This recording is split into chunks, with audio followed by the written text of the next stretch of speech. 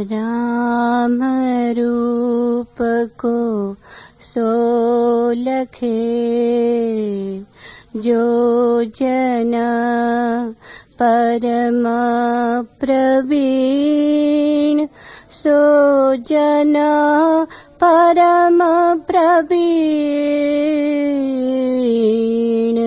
लोक अरु वेद बखाने, सतसंगति में भाव भक्ति परमानंद जाने।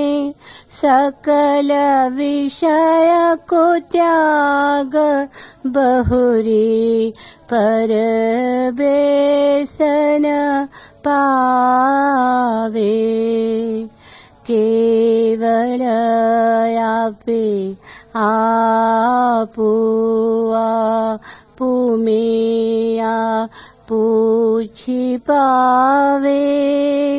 भीखा सब ते छोट ही रहे, चरण लवलीन।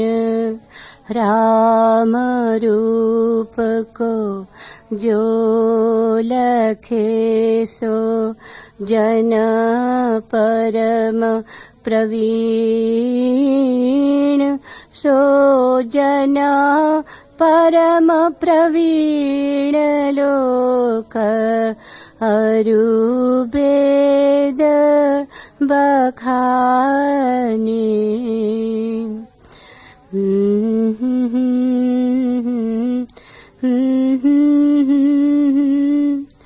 मन कर्म वचन विचार के, राम भजे सो धन्य। राम भजे सो धन्य। धन्य बपू मंगलकारी, राम चरण अनुराग परम पद को अधिकारी। काम क्रोध मद लोभ मोह की लहरी नायावे। परमात्म चैतन्य रूप में दृष्टि समावे। मन क्रम वचन विचार के, व्यापक पूर्ण ब्रह्म है। भिखारहणी अनन्य, व्यापक पूर्ण ब्रह्म है। भिखारहणी अनन्य। मन क्रम वचन विचार के,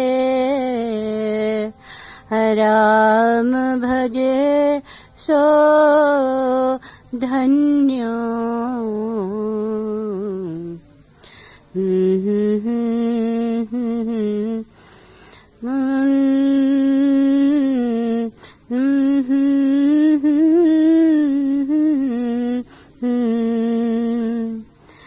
धनी सो भाग जो हरि भजे, ता समतुल न कोई। तासमतु लेन कोई होए निज हरि को दासा रहे चरण लोलीन राम को सेवक खासा सेवक काइले भाव भगति परवान धनी सुभाग जो हरि भजे सेवा को फल जोग है भक्त बसे भगवान केवल पूर्ण ब्रह्म है भीखा एक न दोय धन्य सुभाग जो हरि भजो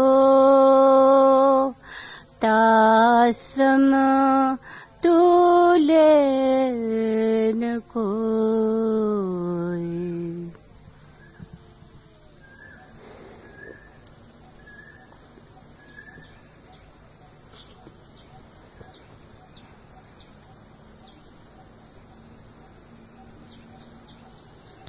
गुरु प्रताप साधु की संगत थी। सत्य को पाना एक उलट बांसी है, एक विरोधाभास है। सत्य को पाना तर्कातीत है। सारे गणित, सारे हिसाब किताब से उल्टा है और सबसे आधारभूत जो उलट बांसी है वही है सत्य प्रयास से नहीं मिलता और बिना प्रयास भी नहीं मिलता।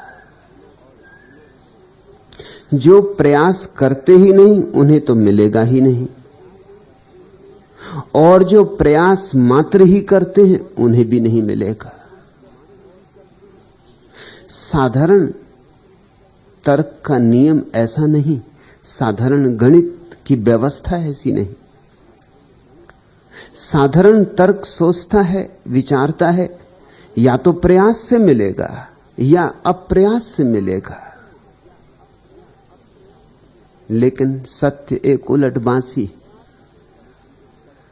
प्रयास से नहीं मिलता,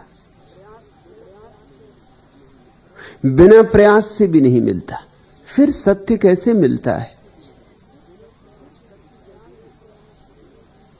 प्रयास तो चाहिए ही चाहिए, अथक प्रयास चाहिए, समग्र प्रयास चाहिए। लेकिन उतने से काम न होगा। प्रयास के साथ साथ प्रार्थना भी चाहिए, तब काम होगा, तब सोने में सुगंध आ जाएगी। प्रयास हो पूरा तो तर्क कहेगा अब प्रार्थना की क्या जरूरत। जब हम 100% प्रयास कर रहे हैं तो प्रयास का फल मिलना चाहिए। लेकिन प्रयास अकेला हो तो अहंकार से छुटकारा नहीं होता। प्रयास अकेला हो तो अहंकार और मजबूत होता है, अस्मिता और सघन होती, कर्ता और भी जड़ जमा लेता है। और जब तक अहंकार है तब तक सत्य की उपलब्धि नहीं। जब तक अहंकार है तब तक परमात्मा की प्रतीति नहीं। जब तक अहंकार है तब तक स्वयं का साक्षात्कार नहीं। और प्रयास से अहंकार नहीं जाएगा, प्रयास से तो अहंकार और बढ़ेगा। कोई भी प्रयास करो, धन कमाओगे तो धनी का अहंकार हो जाएगा, और त्याग करोगे तो त्यागी का अहंकार हो जाएगा। ज्ञान अर्जित करोगे तो ज्ञानी का अहंकार, और ध्यान में उतरोगे तो ध्यानी का अहंकार। कृत्य से अहंकार का छुटकारा नहीं। अहंकार पीछा करेगा ही, तुम जो भी करोगे उसी में से निकल आएगा, नए नए रूप लेगा, नई अभिव्यक्तियां लेगा, नए नए ढंग की पहचान में भी ना आए। तुम चेष्टा करके विनीत हो जाओगे तो तुम्हारी विनम्रता में अहंकार खड़ा होगा। तुम्हारे भीतर उद्घोषणा होने लगेगी, मुझसे विनम्र और कोई भी नहीं। देखो, मुझसे विनम्र और कोई भी नहीं। तुम्हारी विनम्रता भी अहंकार का ही आभूषण बनकर रह जाएगी, उसकी ही दासी। इसलिए प्रयास पूरा हो तो भी उपलब्धि नहीं होगी। अहंकार से कैसे छुटकारा होगा? अहंकार प्रार्थना में गलता है। जैसे सूरज के उगते ही बर्फ गलने लगती, जैसे सूरज के उगते ही ओस की बूंदें उड़ने लगती, ऐसे ही प्रार्थना के जगते ही अहंकार शून्य होने लगता है। प्रार्थना प्रसाद है। प्रयास तुम्हारा तुमसे ऊपर कैसे ले जाएगा? तुम्हारा प्रयास तुम्हें ही तुमसे ऊपर कैसे ले जाएगा? ये तो अपने ही जूतों के बंदों को पकड़ के अपने को उठाने की कोशिश होगी। नहीं, सहारा मांगना होगा, पार का सहारा मांगना होगा, परमात्मा को पुकारना होगा, उसका हाथ तलाशना होगा। वह उठाएगा तो उठ ना हो पाएगा, वह जगाएगा तो जगना हो पाएगा। लेकिन उस तक पुकार उसकी ही पहुंचती है जिसने अपनी तरफ से जो भी किया जा सकता था कर लिया। काहिलों की, सुस्तों की, अकर्मण्यों की प्रार्थना उस तक नहीं पहुंचती। अकर्मण्य की प्रार्थना में प्राण ही नहीं होते। अकर्मण्य की प्रार्थना तो लाश है, उसमें से बदबू उठती, सुगंध नहीं।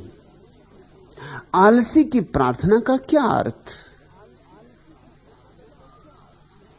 सिर्फ आलस्य को छुपाने के लिए उपाय है। आलसी की प्रार्थना तो अपने आलस्य को ढांकने का ढंग है।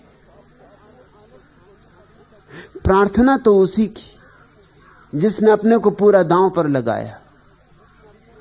प्रार्थना तो उसी की जिसने जो भी किया जा सकता था किया, कुछ भी अनकिया न छोड़ा।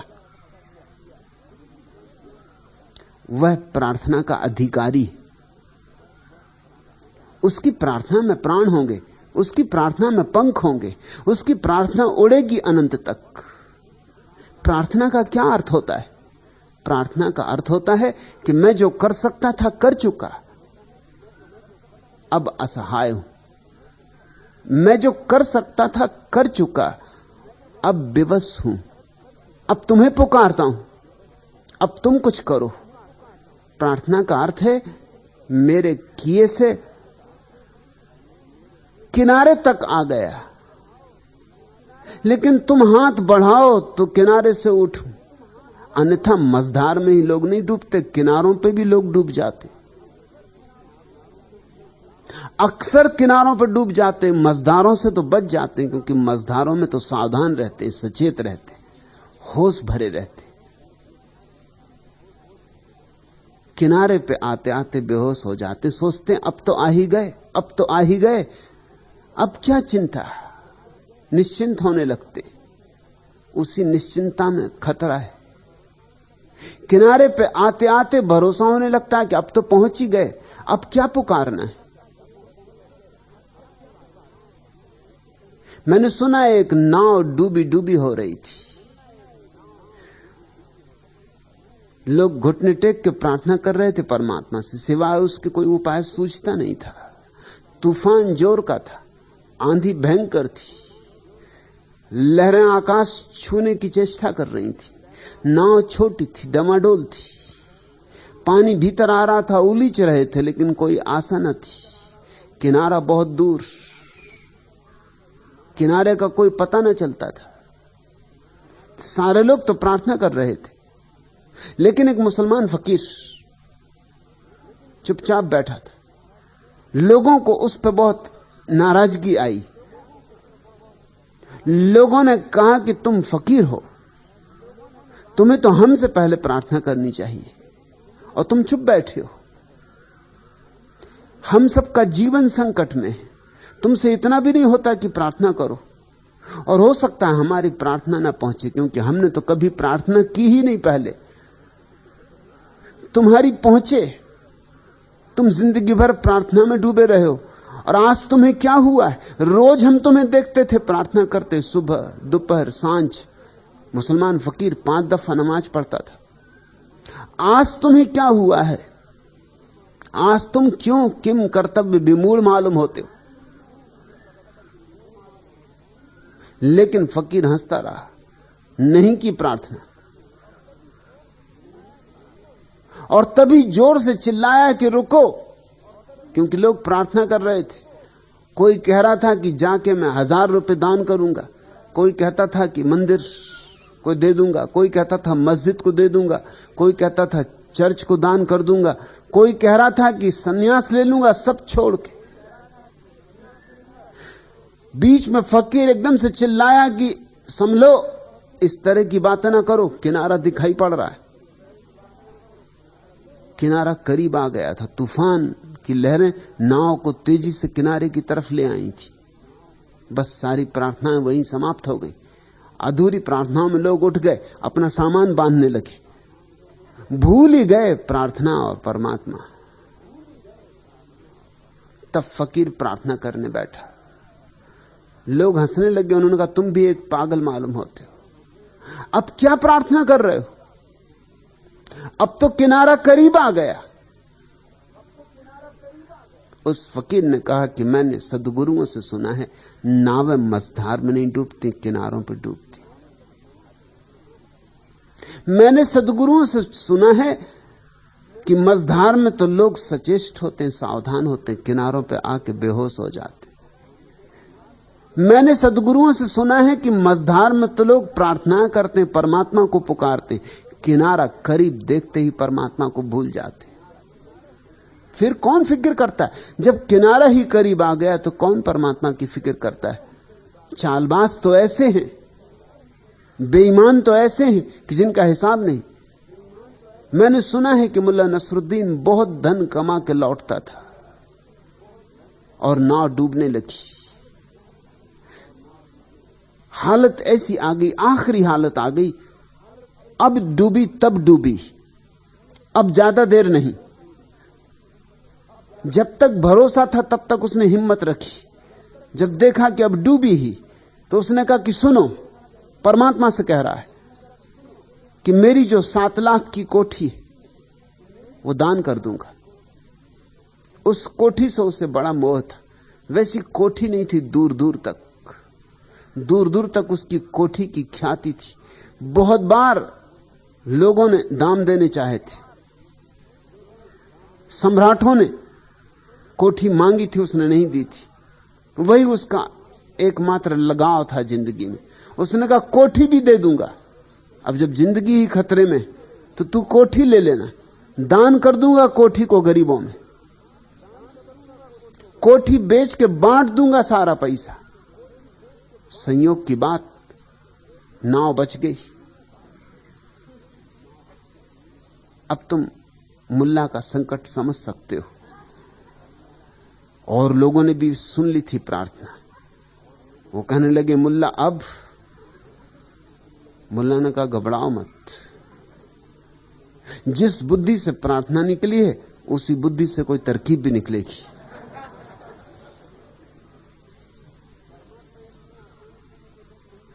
परमात्मा इतनी आसानी से मुझे लूट नहीं सकता। अब किनारा आ गया है, अब देख लेंगे। और दूसरे दिन उसने जाके गांव में डुंडी पिटवा दी कि कोठी नीलाम हो रही। दूर दूर से लोग खरीदार आए, बड़ी भीड़ लग गई। राजे आए, महाराजे आए। उसकी कोठी वैसी थी और सब चकित हुए। उसने कोठी के सामने ही संगमरमर के खंबे से एक बिल्ली बांध रखी थी। लोगों ने पूछा, ये बिल्ली कैसी बांधी, किस लिए बांधी? उसने कहा, ठहरो पहले सुनो। बिल्ली के दाम 7 लाख रुपया, कोठी का दाम 1 रुपया, मगर दोनों साथ बिकेंगी। लोगों ने कहा, पागल हो गए, बिल्ली के दाम 7 लाख? आवारा बिल्ली, यही मोहल्ले की बिल्ली पकड़ ली, तुम्हारी भी नहीं, तुम्हारे बाप की भी नहीं, यही मोहल्ले में आवारा घूमती रही। इसके दाम 7 लाख और कोठी का दाम 1 रुपया। मुल्ला ने कहा, तुम इस चिंता में ना पड़ो, ये दोनों साथ बिकेंगी। लोगों ने कहा, हमें क्या प्रयोजन, कोठी के दाम तो 7 क्या, अगर 9 भी मांगे तो हम देने को राजी। बिक गई कोठी 1 रुपए में और 7 लाख में बिल्ली। 7 लाख मुल्ला ने तिजोरी में रखा। वो जो मझधार में बच भी जाएगा, किनारे पे आके फिर बेईमान हो जाएगा, क्योंकि प्रार्थना उसका हिसाब थी, गणित थी।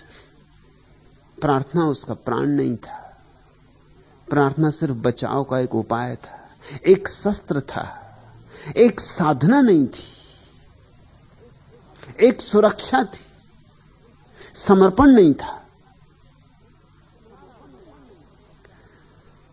तुम्हारा प्रयास हो सकता है तुम्हें किनारे तक ले आए, लेकिन किनारे के ऊपर कौन तुम्हें खींचेगा? वे हाथ तो सिर्फ प्रार्थना के द्वारा ही तुम तक आ सकते। प्रार्थना सेतु है मनुष्य और परमात्मा के बीच। प्रार्थना ही मनुष्य को परमात्मा से जोड़ती है, प्रयास नहीं। और प्रार्थना क्यों जोड़ती है? क्योंकि प्रार्थना पूर्ण हृदय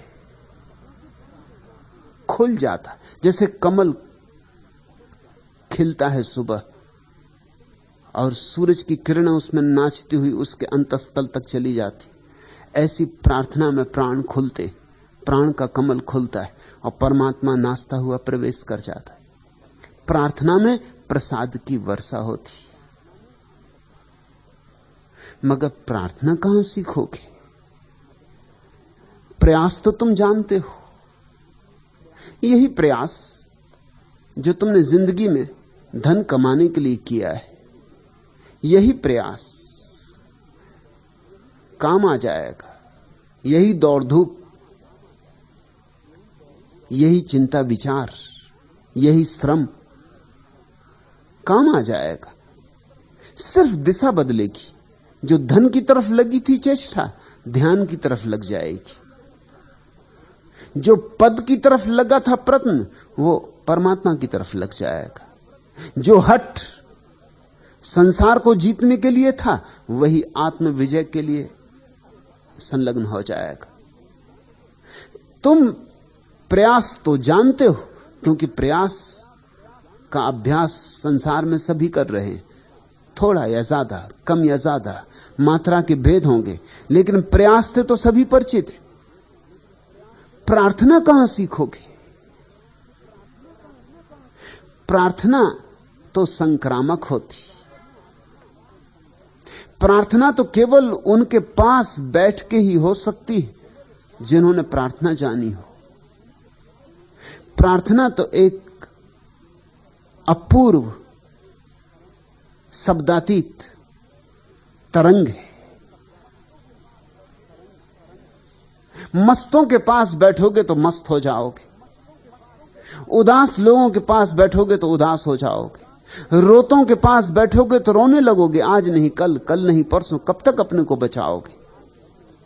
प्रार्थना भी ऐसे ही सीखी जाती।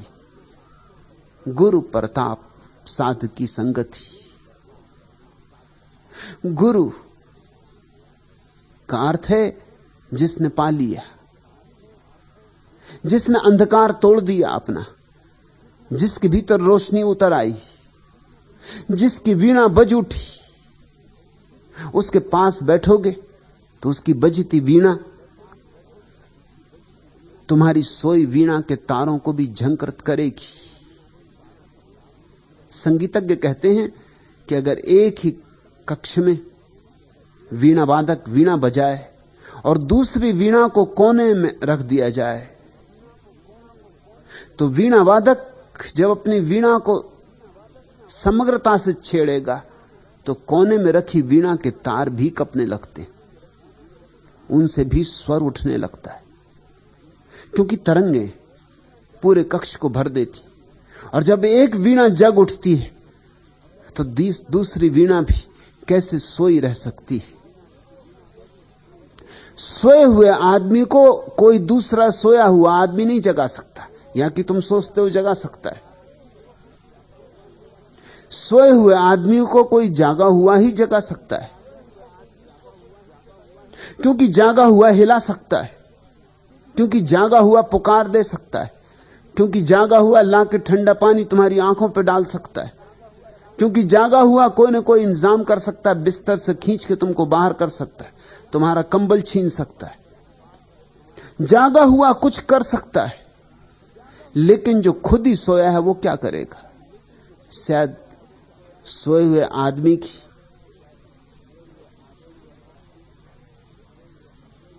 मनोदशा, सोए हुए आदमी के आसपास की तरंग तुम अपने आप जग रहे होते तो भी ना जगने दे, क्योंकि सोया हुआ आदमी भी अपने पास एक विद्युत क्षेत्र निर्मित करता है।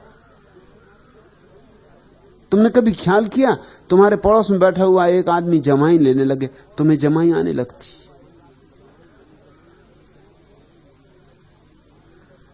तुमने शायद ध्यान नहीं दिया होगा, पास में बैठा एक आदमी सोने लगे, बस तुम्हें नींद आने लगती। हर व्यक्ति अपने आसपास एक ऊर्जा क्षेत्र निर्मित करता है, जो उसके भीतर होता है वो उसके बाहर तरंगित होता है।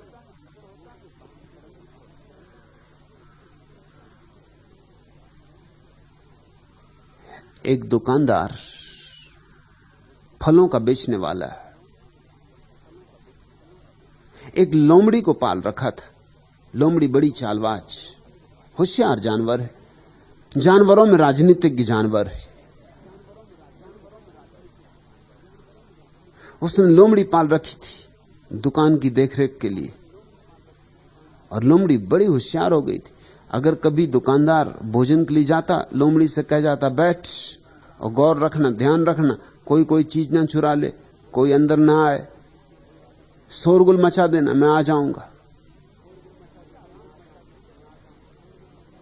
मुल्ला रास्ते से गुजर रहा था, उसने सुना दुकानदार लोमड़ी से कह रहा है कि बैठ यहां मेरी जगह और देख और सावधान रहना, कोई भी व्यक्ति किसी तरह कारगुजारी करे, तुझे शक हो तो आवाज कर देना। किसी भी तरह का कृत्य कोई आदमी यहां दुकान के आसपास करे तो तू सावधान रहना। मुल्ला ने सुना, दुकानदार तो भीतर भोजन करने चला गया।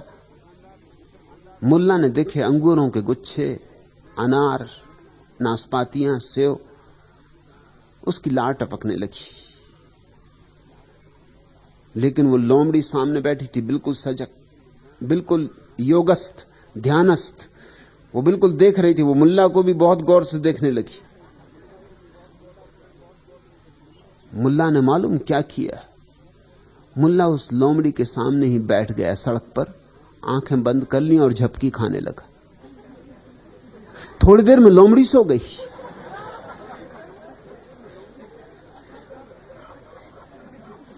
तब उसने अंगूर फटकार दिए। जब दुकानदार आया, उसने देखा अंगूर नदारत थे।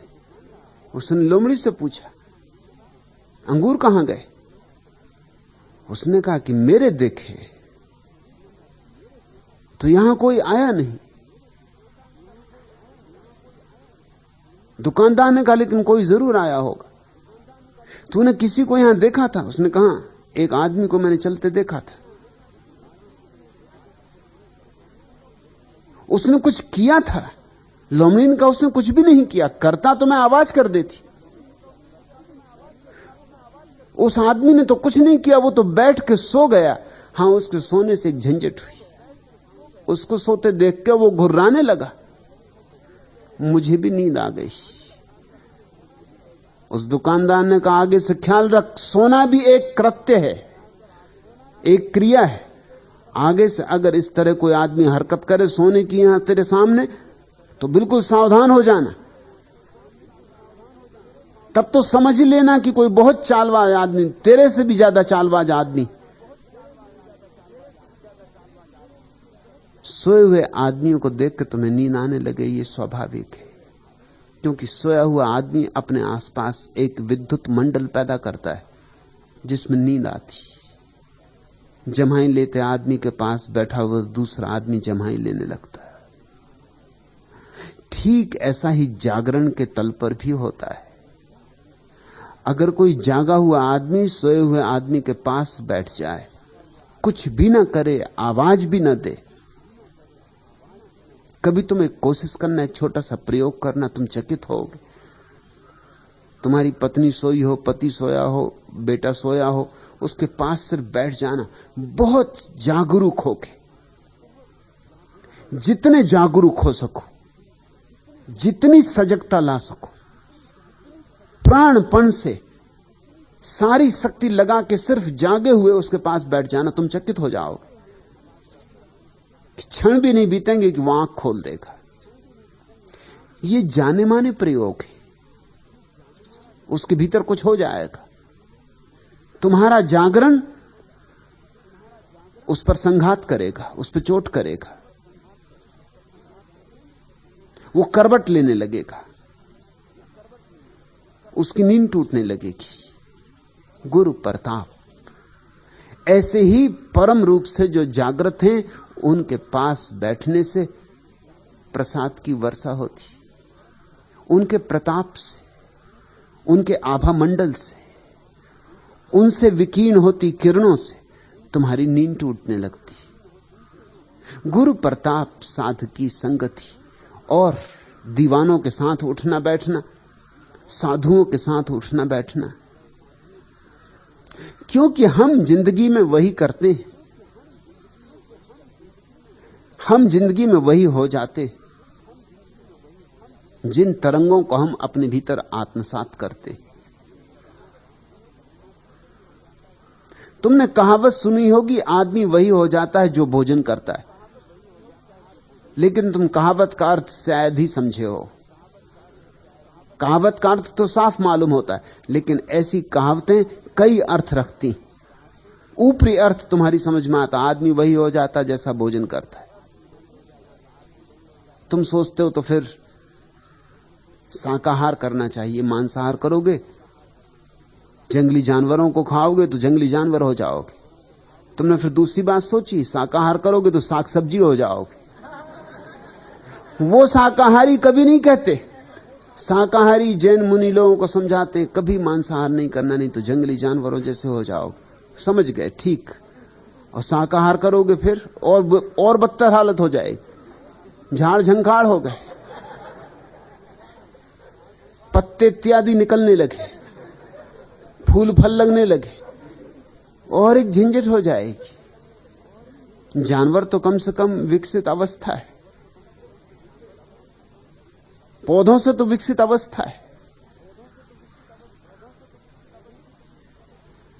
भोजन तुम जो करोगे वैसे ही हो जाओगे, इसका ऐसा अर्थ नहीं है जैसा लोग करते। नहीं तो आदमी दूध पिए तो दूध हो जाए, और फिर मोरारजी देसाई का क्या हो, जीवन जल पियो, जीवन जल होगा।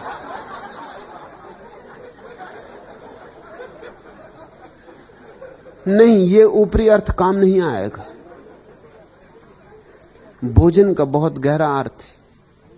भोजन का, आहार का अर्थ होता है हम जिन तरंगों को अपने भीतर आत्मसात करते हैं, हम वैसे ही हो जाते। आहार से मतलब है सूक्ष्म आहार। जो संगीत को पिएगा उसके भीतर कुछ संगीतपूर्ण होने ही वाला है, हो ही जाएगा। अगर जो संगीत को पीता है, बहुत संगीत में जीता है, बहुत वीणा बजाता है, बांसुरी सुनता है,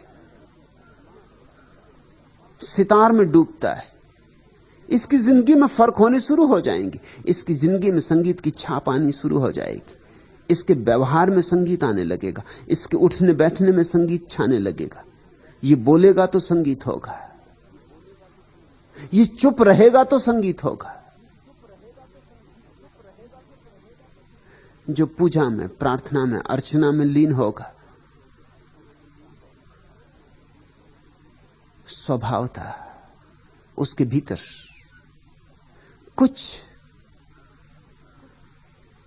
पूजा की धूप जैसी सुगंध उठने लगेगी। उसके भीतर मंदिर का दिया जलने लगेगा। आहार से मतलब इतना ही नहीं है कि तुम जो मुंह से लेते हो।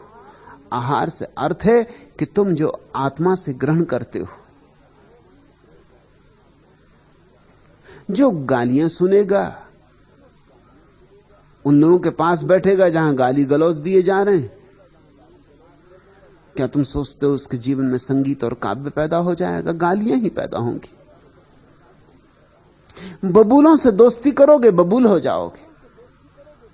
दोस्ती ही करनी हो तो कमलों से करना,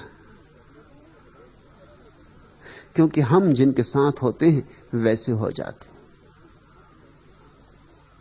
और आहार बड़ी चीज है, भोजन तो बहुत क्षुद्र है बात।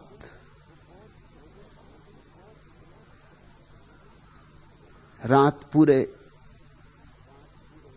चांद के नीचे बैठकर देखा, कभी टकटकी लगा के आकाश में पूर्णिमा के चांद को देखा, कुछ तुम्हारे भीतर भी आंदोलित होने लगता है।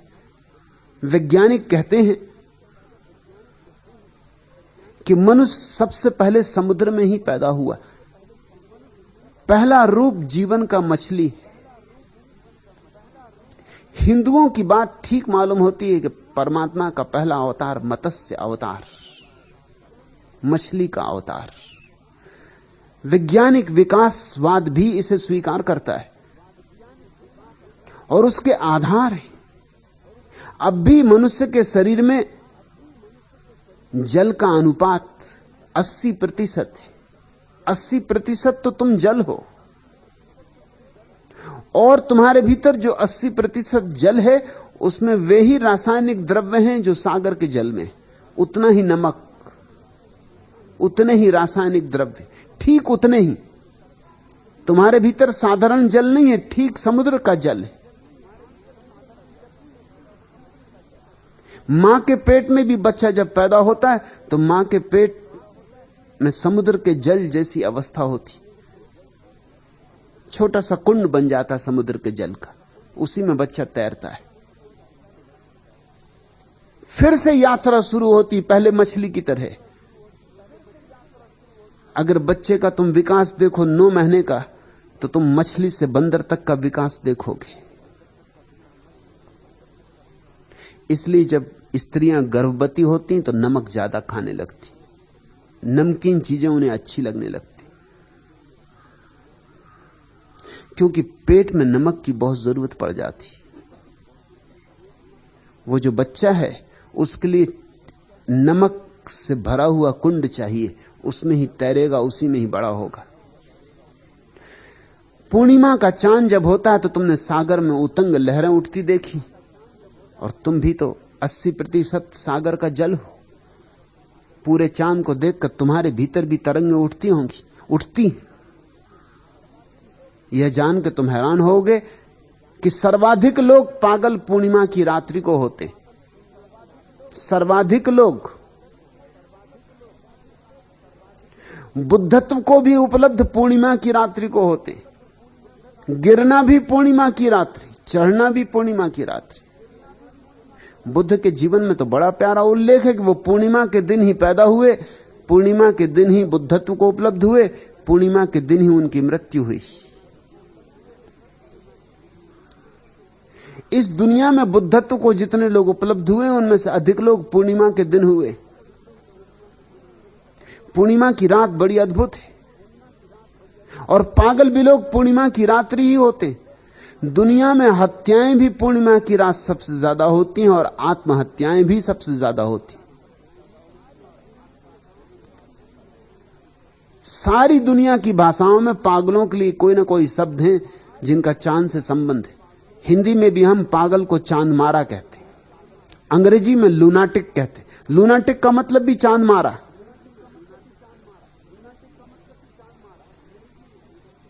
अगर चांद का इतना प्रभाव होता है, इतने दूर चांद का इतना प्रभाव होता है कि किसी को पागल कर दे, कि किसी को बुद्धत्व को पहुंचा दे, कि किसी की आत्महत्या हो जाए, कि कोई हत्या कर दे, और ऐसा आदमी तो बहुत मुश्किल है खोजना जो चांद से बिल्कुल प्रभावित ना होता हो। असंभव है, किसी न किसी रूप में चांद प्रभावित करता है। तो क्या उन लोगों की हम बात करें जिनके भीतर का चांद प्रकट हो गया हो, जिनके भीतर की बदलियां कट गई हो, जिनके भीतर पूर्णिमा हो गई हो, जो भीतर पूर्ण हो गए हो, जिन्होंने चैतन्य की पूर्णता को पा लिया हो, वे ही सद्गुरु। उनके प्रताप से प्रार्थना का जन्म होता है, और उनके आसपास जो जमात इकट्ठी हो जाती, दीवानों की, पियक्कड़ों की, मस्तों की, उनको ही साधु कहा है। साधुओं की संगति हो और गुरु का प्रताप हो तो तुम्हारे सारे प्रयास सार्थक हो जाएंगे, क्योंकि फिर प्रयास धन प्रार्थना, तुम्हारे भीतर प्रार्थना की धुन बजने लगेगी। और जब प्रयास धन प्रार्थना, तो फिर कोई बाधा ना रही। प्रयास धन प्रार्थना बराबर परमात्मा, ऐसा समीकरण। गुरु प्रताप साध की संगति।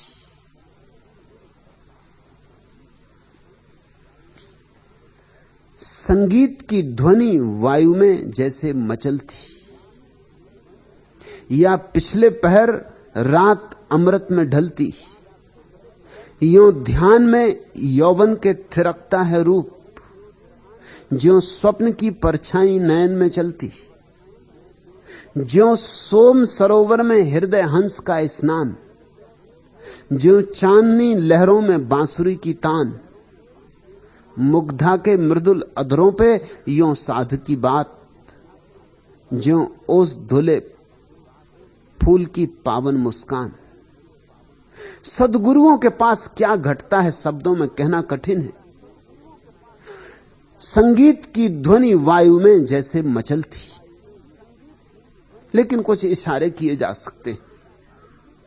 सद्गुरु की संगति में कुछ घटता है, कुछ संगीत।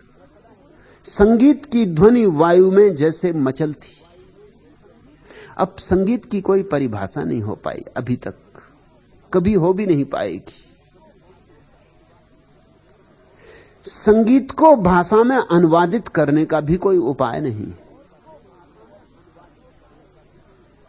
और संगीत में कोई अर्थ होता है ऐसा कहना भी ठीक नहीं। संगीत में कुछ अर्थ नहीं होता। अभिप्राय तो बहुत होता है, अर्थ बिल्कुल नहीं होता। आनंद तो बहुत फलित होता है, लेकिन कोई तुमसे पूछे कि क्या, ठीक ठीक बोलो, शब्दों में बांधो, तो बस तुम एकदम मूक हो जाओगे, गूंगे हो जाओगे। गूंगे का गुण हो जाता। संगीत से ज्यादा गूंगे का गुण और क्या है। सद्गुरु के पास क्या घटता है, वह तो महासंगीत है। साधारण संगीत तो सुना जाता है कानों से, सद्गुरु के पास जो घटता है वह तो ग्रहण किया जाता है केवल अंतरात्मा से। कान भी उसे नहीं सुनते, आंख भी उसे नहीं देखती, हाथ उसे छू नहीं सकते। उसके लिए तो केवल हृदय ही देखता है, हृदय ही सुनता है, हृदय ही छूता है। वह तो प्रेम की अत्यंत पावन घटना है।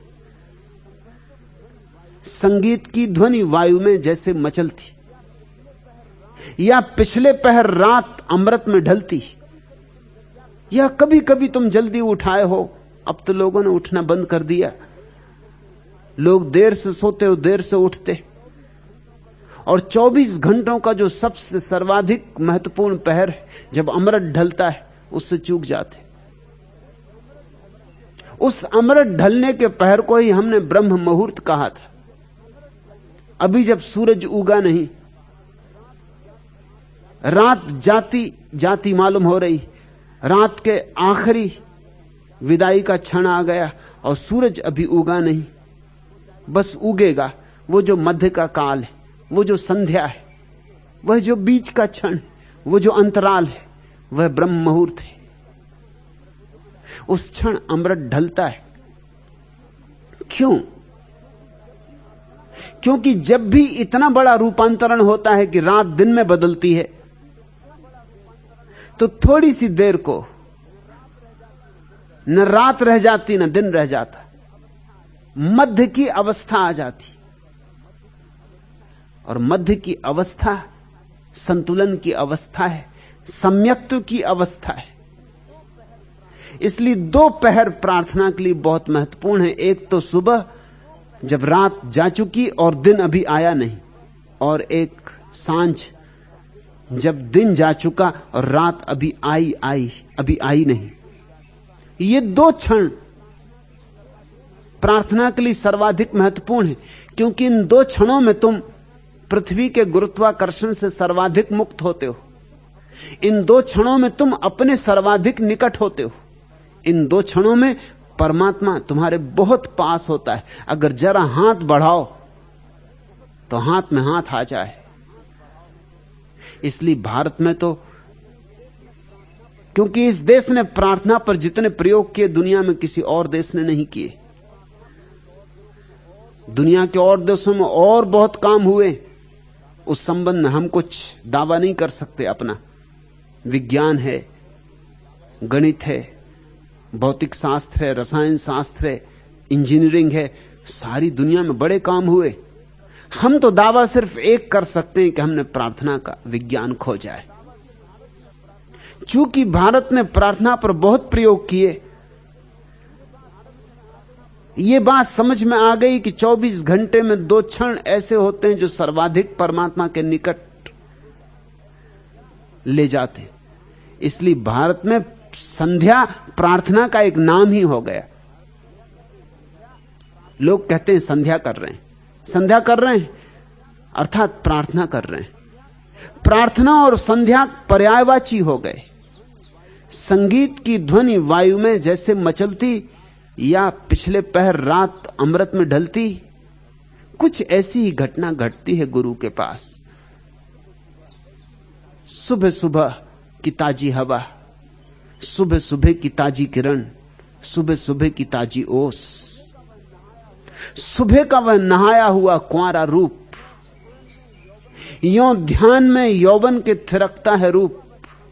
जैसे युवावस्था में सौंदर्य आकर्षित करता है, ऐसा ही सत्य के खोजू को सद्गुरु आकर्षित करता है। ज्यों स्वप्न की परछाई नैन में चलती, और बात इतनी बारीक है कि स्वप्न की भी अगर परछाई बने तो तुलना हो सकती है।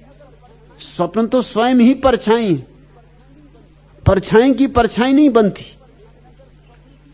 लेकिन अगर स्वप्न की भी परछाई बन सके तो सद्गुरु के पास जो घटता है वो इतना बारीक है, इतना नाजुक है, इतना सूक्ष्म।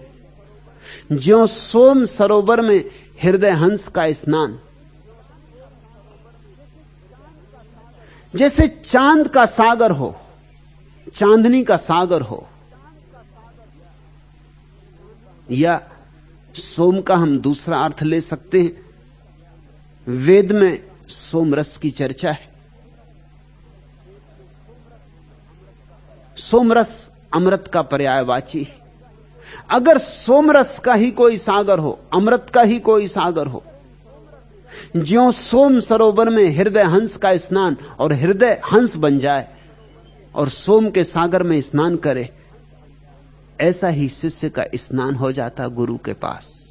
गुरु बन जाता है सोम सरोवर, शिष्य बन जाता है हंस। ज्यों चांदनी लहरों में बांसुरी की तान, मुग्धा के मृदुल अधरों पे यों साध की बात, ज्यों ओस धुले फूल की पावन मुस्कान।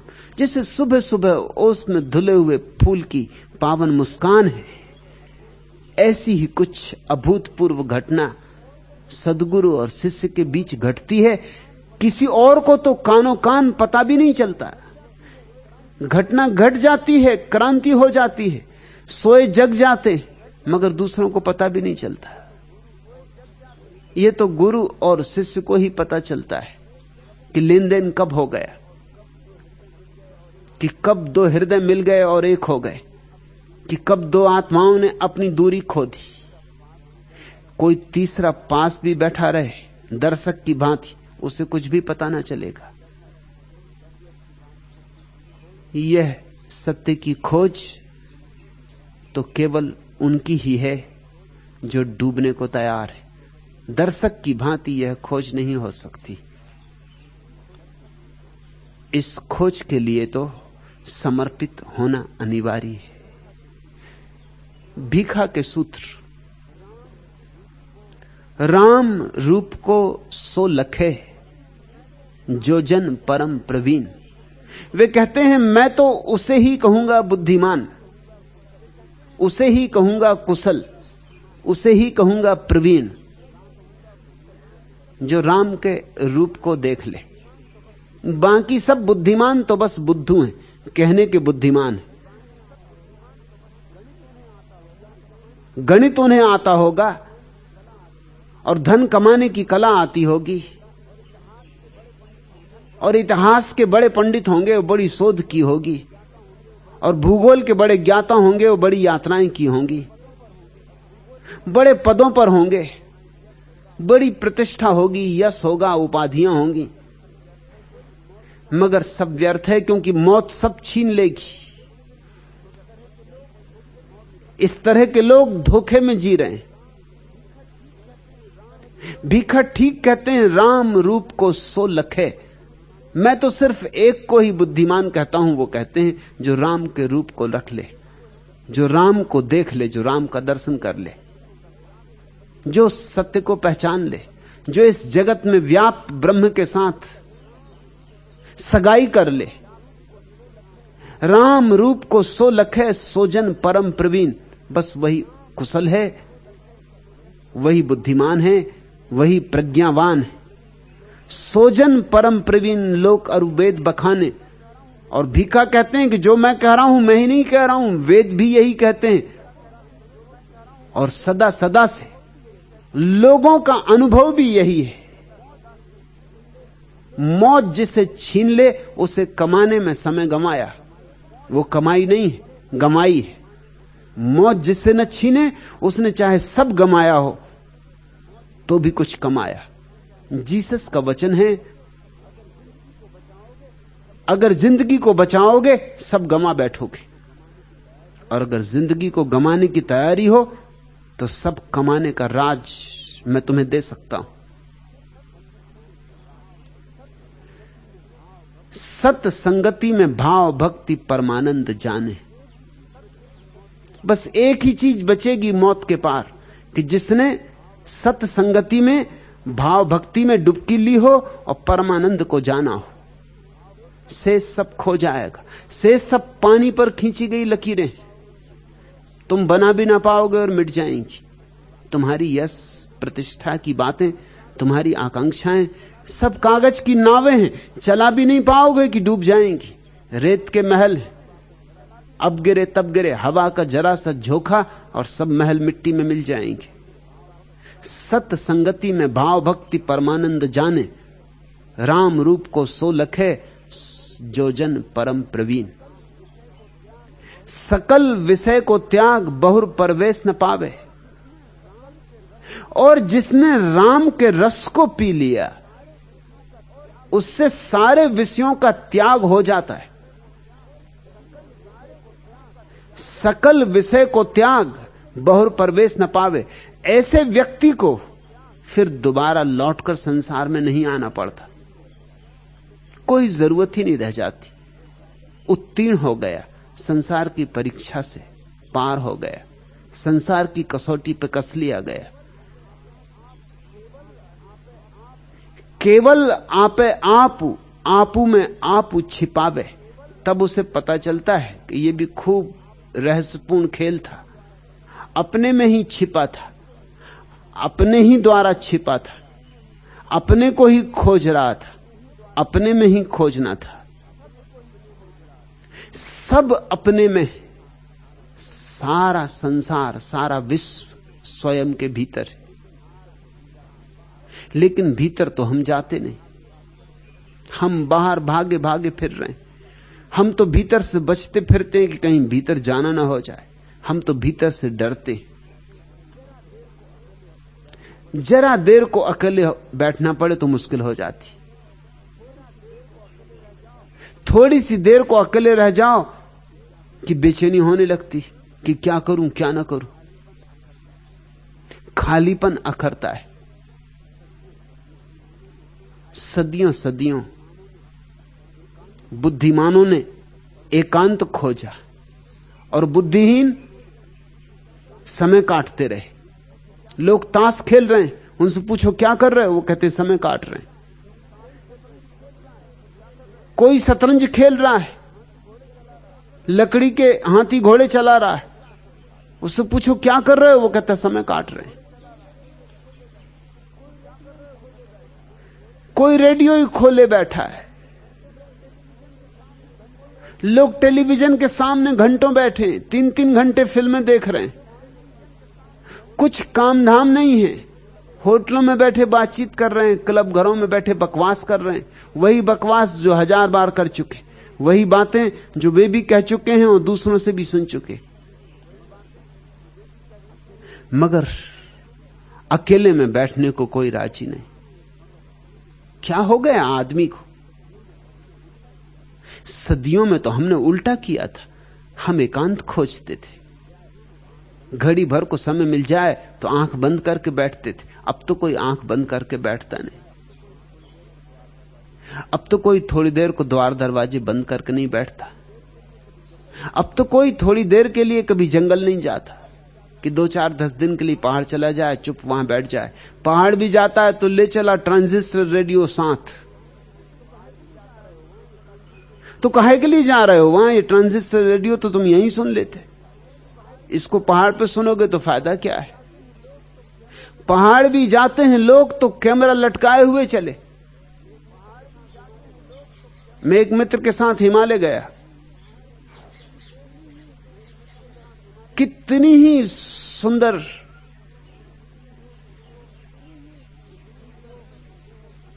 स्थिति हो, कितना ही सुंदर समय हो, बस वो खटखट अपने कैमरे की ही करते रहे। मैंने उनसे कहा कि तुम देखोगे कब? इतना सुंदर सूरज उग रहा है मगर तुम अपने कैमरे में लगे हो। इतनी सुंदर छटा है बादलों की और तुम कैमरे में लगे हो। उन्होंने कहा आप फिक्र न करें, घर लौट के एल्बम बना के मजे से देखेंगे। तो मैंने कहा फिर यहां आने की जरूरत क्या थी? एल्बम तो तैयार बाजारों में बिकते हैं। हिमालय की सुंदरतम तस्वीरें बाजारों में मिलती, तुम उतनी सुंदर तस्वीर ले भी ना पाओगे। वो ज्यादा प्रोफेशनल, ज्यादा व्यवसायिक लोगों के द्वारा ली गई तस्वीरें। तुम काहे के लिए यहां परेशान हुए? तस्वीरों को देखोगे और सामने सौंदर्य खड़ा है। मगर लोग बस ऐसे पहाड़ पे भी जाएंगे तो वही आते। पहाड़ पर गए हैं स्वच्छ वायु लेने और वहीं बैठे सिगरेट पी रहे।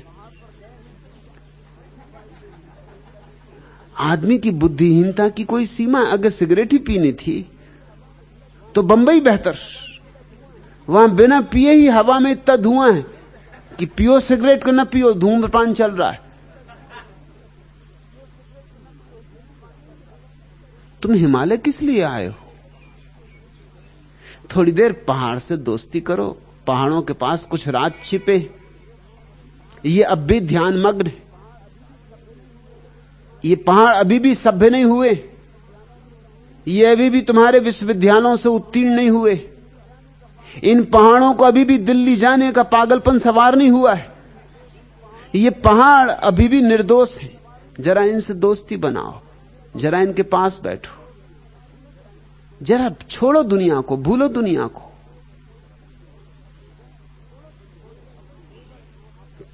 थोड़े अपने में डूबो। केवल आपे आपू, आपू से आपू छिपावे, तब तुम्हें पता चलेगा कहीं जाने की कोई जरूरत नहीं। जिसे हम तलाशते थे वह भीतर है, जिसे हम बाहर तलाशते थे वह भीतर है, इसलिए बाहर मिलता नहीं था। मिलता कैसे? बाहर था ही नहीं। संपत्तियों की संपत्ति भीतर, राज्यों का राज्य भीतर। तुम सम्राट हो मगर भिखमंगे बने बैठे हो, और तुम भिखमंगे रहोगे जब तक तुम बाहर हाथ फैलाए रहोगे। द्वार द्वार से कहा जाएगा आगे बढ़ो, और जो तुम्हें आगे बढ़ा रहे हैं उनकी भी हालत तुमसे कुछ बहुत बेहतर नहीं है। वो भी तुम जैसे ही भिखमंगे। मैंने सुना है एक भिखमंगे ने एक मारवाड़ी के घर के सामने आवाज दी, कुछ मिल जाए।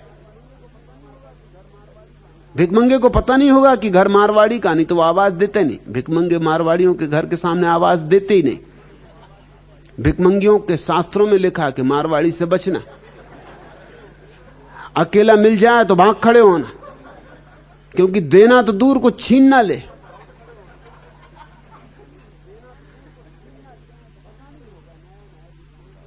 पता नहीं होगा, नया नया भिखमंगा होगा। गांव के जो पुराने भिखमंगे थे वो तो कभी उस द्वार पे आवाज देते नहीं थे, क्योंकि उस द्वार से कभी किसी को कुछ मिला नहीं। असल में भिखमंगे पहचान लेते थे जब भी उस द्वार के सामने कोई आवाज देता था कि कोई नया भिखमंगा गांव में आ गया, एक नया प्रतियोगी गांव में आ गया। इस भिखमंगे ने आवाज दी कि मिल जाए कुछ, 3 दिन का भूखा हूं। मारवाड़ी ने कहा कि पत्नी घर पे नहीं, मगर भिखमंगा भी एक ही था। रहा होगा पिछले जन्म में मारवाड़ी।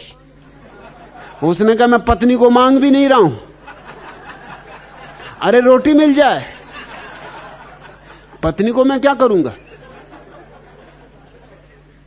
खुद के खाने के लाले पड़ रहे हैं और तुम पत्नी पकड़ाने चले। पत्नी तुम अपनी तुम रखो, मुझे तो 2 रोटी मिल जाए बस काफी। मगर मारवाड़ी भी कुछ ऐसे इतने आसानी से हल नहीं हो सकता। उसने कहा घर में कोई भी नहीं है, रोटी तुम्हें दे कौन? उस भिखमंगे ने कहा तुम्हारे हाथ पैर नहीं, सामने बैठे हो भले चंगे, अरे जरा उठो, व्यायाम भी हो जाएगा। 2 मारवाड़ियों में टक्कर हो गई। वो एक दूसरे से कुछ हारने वाले लोग नहीं थे। मारवाड़ी ने कहा अरे चल चल आगे बढ़, घर में कुछ है ही नहीं देने को, तो मेरे उठने व्यायाम करने से भी फायदा क्या है? तो उस भिखमंगे ने कहा कि फिर ऐसा करो, तुम भी मेरे साथ आ जाओ। जब घर में कुछ है ही नहीं तो यहां बैठे बैठे क्या कर रहे हो? भूखे मर जाओगे। दोनों मांगेंगे खाएंगे और दोनों मजा करेंगे। आओ निकल आओ। तुम जिनके सामने हाथ फैला रहे हो वे खुद भी भिखमंगे, उनके पास भी कुछ नहीं है देने को। तुम किससे मांग रहे हो?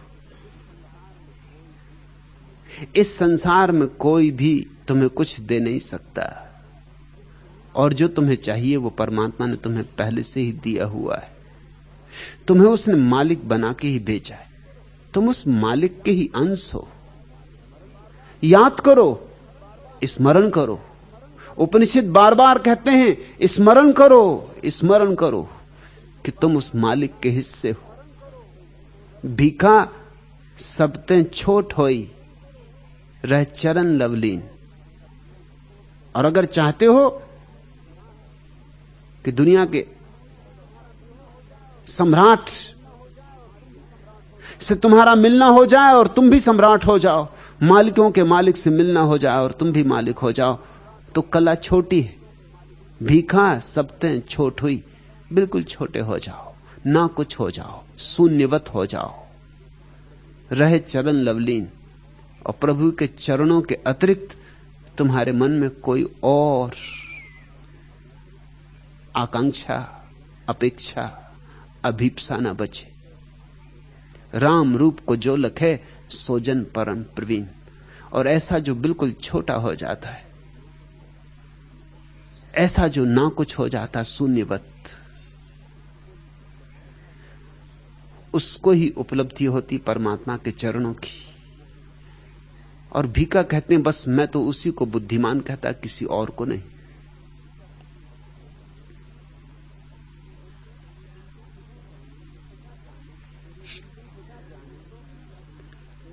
खुदा जाने तेरे रिंदों पे क्या गुजरी की महफिल में, न साजो मीना है साकी, न रक्स जाम है साकी। आज तो हालत बड़ी बुरी हो गई, न मालूम क्या हुआ, परमात्मा के दीवानों पे क्या गुजरी। मधुशाला खाली पड़ी है, सुराहियां खाली पड़ी हैं, प्यालियां खाली पड़ी हैं, अब मधु के दौर नहीं चलते। न रंग है, न रस है, न मस्ती है, आदमी उदास है। खुदा जाने तेरे रिंदों पे क्या गुजरी की महफिल में, न साजो मीना है साकी, न रक्स जाम है साकी। सब नृत्य बंद हो गया, सब गीत बंद हो गया। हे परमात्मा तेरे पियक्कड़ों पे क्या गुजरी, ये हुआ क्या। खुदा जाने तेरे रिंदों पे क्या गुजरी की महफिल में, न साजो मीना है साकी, न रक्स जाम है साकी। जुनू में और खिरद में दर हकीकत फर्क इतना है, ये जेरदार है साकी, वो जेर दाम है साकी। अभी तो चंद कतरे ही मिले हैं तसनकामों को, मगर पीरे मुगा की बज़्म में कोहराम है साकी। सूए मंजिल बढ़ा जाता हूं मैखाना ब मैखाना, मजाके जुस्तजू तसना लबी का नाम है साकी। निजामे तसनकामी अब ज्यादा चल नहीं सकता, कि जो मैखाना पखर है उसी का जाम है साकी। अभी सूदो जियां का कुछ न कुछ एहसास बाकी है, जुनून के हाथ में अब तक खिरत का जाम है साकी। कभी दो चार कतरे भी सलीके से न पी पाए, वो रिंदे खाम है साकी, वो नंगे जाम है साकी। कभी दो घूंट भी नहीं पी पाए जिंदगी में जीवन के रस की, प्याली खाली ही रह गई, ओंठ प्यासे ही रह गए। क्या हो गया आदमी को, आदमी पीने की कला ही भूल गया, आदमी जीने की कला ही भूल गया, आदमी अपने से परिचित होने का विज्ञान भूल गया है। मन क्रम वचन विचार के राम भजे सो धन्य। सीखो फिर से वह कला, फिर से सीखने होंगे पाठ, भूले पाठ। मन क्रम वचन विचारी के राम भजे सुधन। मन से, कर्म से, वचन से होश पूर्वक जो राम को भजता है वह धन्य हो जाता है। ख्याल रखना, राम को भजने वाले बहुत हैं, राम चदरिया ओढ़े हुए लोग बहुत हैं। काशी में मिल जाएंगे, हरिद्वार में मिल जाएंगे, भज ही रहे हैं राम राम, मगर बस तोतों जैसा रट रहे हैं। उसका कोई भी मूल्य नहीं, दो कौड़ी मूल्य नहीं, क्योंकि न तो उनके मन में राम है, न उनके कर्म में राम है, न उनके वचन में राम है, न उनके होश में राम है। यंत्रवत कोई माला फेर रहा है, लोग दुकानों पर बैठे माला फेरते रहते, दुकान भी चलाते रहते, माला भी फेरते रहते। थैलियां बनानी लोगों ने, थैलियों में माला छिपाए हुए और चला रहे। ये मालाएं काम नहीं आएंगी, ये राम राम जपना काम नहीं आएगा। हृदय से उठना चाहिए भाव। ये जवानों पे अटके रह जाते हैं शब्द, इससे गहरे नहीं जाते। ना तो रोटी रोटी जपने से भूख मिटती है और न पानी पानी जपने से प्यास मिटती है, तो राम राम जपने से क्या होगा? राम राम जपने से तुम सिर्फ अपनी विक्षिप्तता प्रकट कर रहे हो और कुछ भी नहीं। ये बात जपने की नहीं है,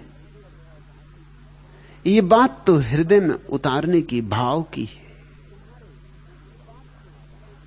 तुम्हारे हृदय में राम का आवास हो, फिर तुम राम जपो कि न जपो चलेगा। राम भजे सो धन्य, धन्य वपु मंगलकारी। जो राम को जप ले हृदय पूर्वक, आत्मा पूर्वक, वह धन्य है। वह धन्य है इतना ही नहीं, उसका शरीर भी धन्य है, क्योंकि जिस देह में राम से भरा हृदय हो वह देह मंदिर हो गई। वह देह साधारण देह न रही, तीर्थ हो गई। ऐसे पैर जहां पड़ेंगे वहां तीर्थ बनेंगे, ऐसा व्यक्ति जहां उठेगा बैठेगा वहां तीर्थ बनेंगे। ऐसे ही तो मक्का बना, ऐसे ही तो काशी बनी, ऐसे ही तो गिरनार बनी। आखिर तीर्थ बने कैसे? किसी के भीतर ऐसा राम प्रकट हुआ, किसी के भाव में ऐसा राम सघन हुआ कि उसके आसपास की मिट्टी भी पवित्र हो गई। राम चरण अनुराग परम पद को अधिकारी, और जिसे पाना हो परम पद, उसका अधिकार सिर्फ इतना ही चाहिए कि राम के चरणों में झुकने की कला। झुकने की कला आदमी भूल गया, झुकना हम जानते ही नहीं। हम कभी कभी जाके मंदिर में सिर झुका लेते हैं, मगर अहंकार तो खड़ा ही रहता है। तुमने कभी देखा तुम मंदिर में जाके नमस्कार कर रहे हो, सिर झुका रहे हो, अगर मंदिर में भीड़ भाड़ हो और ज्यादा लोग हो तो तुम बड़ी कुशलता से सिर झुकाते हो, बड़े ढंग से, बड़े लहजे से, बड़ी लज्जत से, क्योंकि 4 लोग देख रहे हैं, गांव में खबर हो जाएगी कि है ये आदमी धार्मिक। और कोई ना हो मंदिर में तो पटका सिर और भागे। एक काम था, निपटा दिया।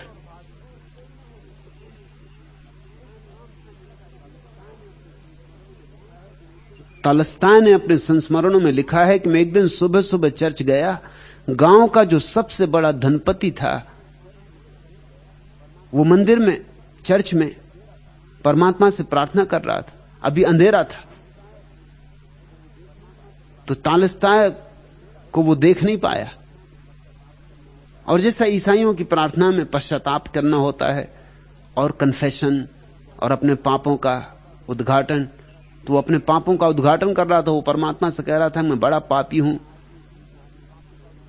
मुझसे बुरा आदमी संसार में दूसरा नहीं। धन भी मैंने छीना है गरीबों का, पराई स्त्रियों पर भी मेरी नजर बुरी रही। उस तरह तरह की बातें कह रहा था जो भी कहनी चाहिए। तालस्ताय सुनते रहे, उन्हें तो भरोसे ही नहीं आया, क्योंकि इस आदमी की बड़ी प्रतिष्ठा थी। ये तो गांव में साधु समझा जाता था। तभी धीरे धीरे सुबह होने लगी, रोशनी थोड़ी हुई। उस आदमी ने लौट कर देखा, तालस्ताय को देखा, तो वो तालस्ताय के पास आया। उसने कहा कि ख्याल रखना ये बातें बाहर न जा पाए, किसी को इन बातों का पता न चले, नहीं तो अदालत में मानहानि का मुकदमा चलाऊंगा। तो तालस्ताय ने कहा, लेकिन तुम ही तो कह रहे थे। उसने कहा, मैं ही कह रहा था, लेकिन तुमसे नहीं कह रहा था, परमात्मा से कह रहा था और जनता से नहीं कह रहा था। दुनिया में कोई बदनामी करवानी? मैं तुम्हें जताए देता हूं कि अगर इसमें से एक भी बात कहीं बाहर गई तो तुम ही जिम्मेवार रहोगे, क्योंकि तुम्हारे अतिरिक्त यहां कोई और नहीं है। तालस्तान ने कहा, यह कैसी प्रार्थना? अगर तुम सच ही अपने पापों का पश्चाताप कर रहे हो तो जानने दो सबको, पहचानने दो सबको, मगर उससे अहंकार को चोट लगेगी। वो नहीं हो सकता। परमात्मा को बताने से तो अहंकार को मजा आ रहा है, चोट नहीं लग रही। मनोवैज्ञानिक कहते हैं, और मैं उनसे राजी हूं, कि जिन लोगों ने अपनी आत्मकथाओं में पापों का उल्लेख किया है वो बढ़ा चढ़ा के किया है। क्योंकि जब बता ही रहे हैं तो आदमी के साथ यही तो बड़ी खूबी। जब पाप ही बता रहे हैं तो फिर बढ़ी चढ़ा के बताना ठीक है। अतिशयोक्ति मनुष्य की आदतों में एक है। अगस्तीन ने अपने संस्मरण लिखे, उनमें ऐसा लगता है कि बहुत बढ़ा चढ़ा के बात कही गई। इतने पाप एक आदमी कर सके यह भी संभव नहीं। महात्मा गांधी ने भी अपनी आत्मकथा में जो बातें लिखी हैं उनमें अतिशयोक्ति, वो सच नहीं है, सब सच नहीं, बहुत बढ़ा चढ़ा के लिखा है। पाप को भी बढ़ा चढ़ा के कहने का एक मजा है। क्या मजा है? कि मैं कोई छोटा पापी नहीं हूं, कि मैं हर कोई आम पापी नहीं हूं, कि तुम जैसा हर किसी का साधारण पापी, असाधारण पापी हूं। और फिर जब पाप को खूब बढ़ा चढ़ा के बताओ तो उसकी पृष्ठभूमि में तुम्हारा महात्मापन भी बड़ा हो जाता है। स्वभाव था, जिसने इतने बड़े पाप किए और फिर महात्मा हो गया, सब पाप छोड़ दिए, उसकी महिमा भी ज्यादा है। जिनने कुछ पाप किए ही नहीं थे, अब तुम यही समझो कि तुमने 2 पैसे की चोरी की थी और घूमने लगे, चिल्लाने लगे कि मैंने 2 पैसे की चोरी की थी, अब मैंने चोरी करने का त्याग कर दिया। लोग कहेंगे बकवास बंद करो, चोरी भी कोई बड़ी नहीं थी तो त्याग ही कैसे बड़ा हो सकता है। लेकिन तुम कहो कि मैंने 2 करोड़ की चोरी की थी और त्याग कर दिया, तो बात में कोई दम मालूम पड़ती। तो जिसने 2 पैसे चुराए हैं वो भी 2 करोड़ की चोरी की बात करेगा। अतिशयोक्ति। आदमी पाप की भी कर सकता है अगर अहंकार को तृप्ति मिलती हो, और अगर पाप के कारण महात्मापन बड़ा होता हो तब तो फिर कहना ही क्या।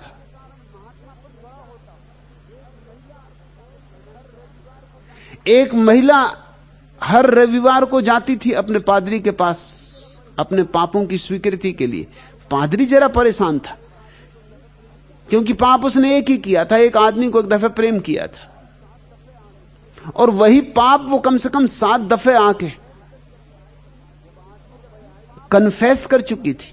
जब 8वीं दफे आई तो पादरी ने मैं कहा कि भाई, कब तक तेरा वही पाप मैं बार बार सुनूं और तुझे क्षमा करवाऊं? तेरी क्षमा हो चुकी, एक ही बार किया है पाप, अब कितनी बार उसकी तू क्षमा मांगती? लेकिन उस स्त्री ने कहा उस पाप की बात ही करने में बड़ा मजा आता है, और बार बार क्षमा पाने में भी बड़ा मजा आता, बड़ा रस आता। आदमी पाप की अभिव्यक्ति में भी रस ले सकता है।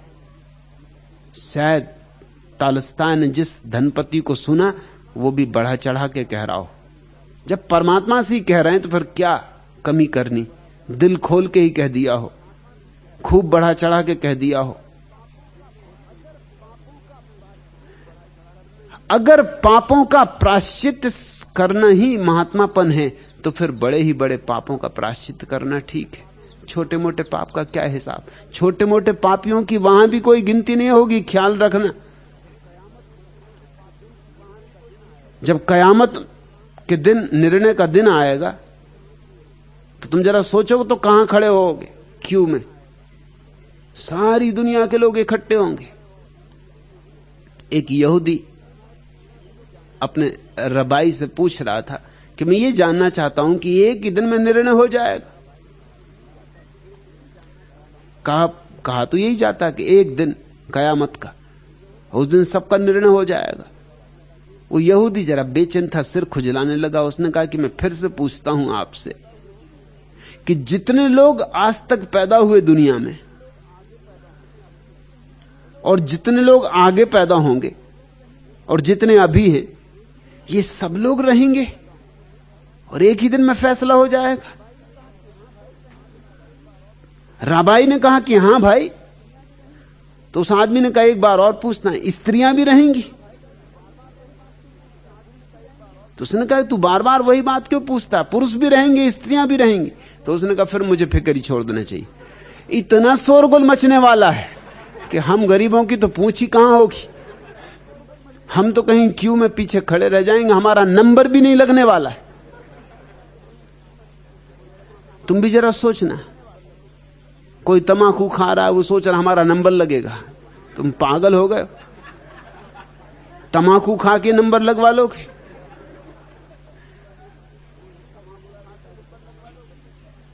कोई हुक्का गुड़गुड़ा लेता, वो कहता हमारा नंबर लगेगा।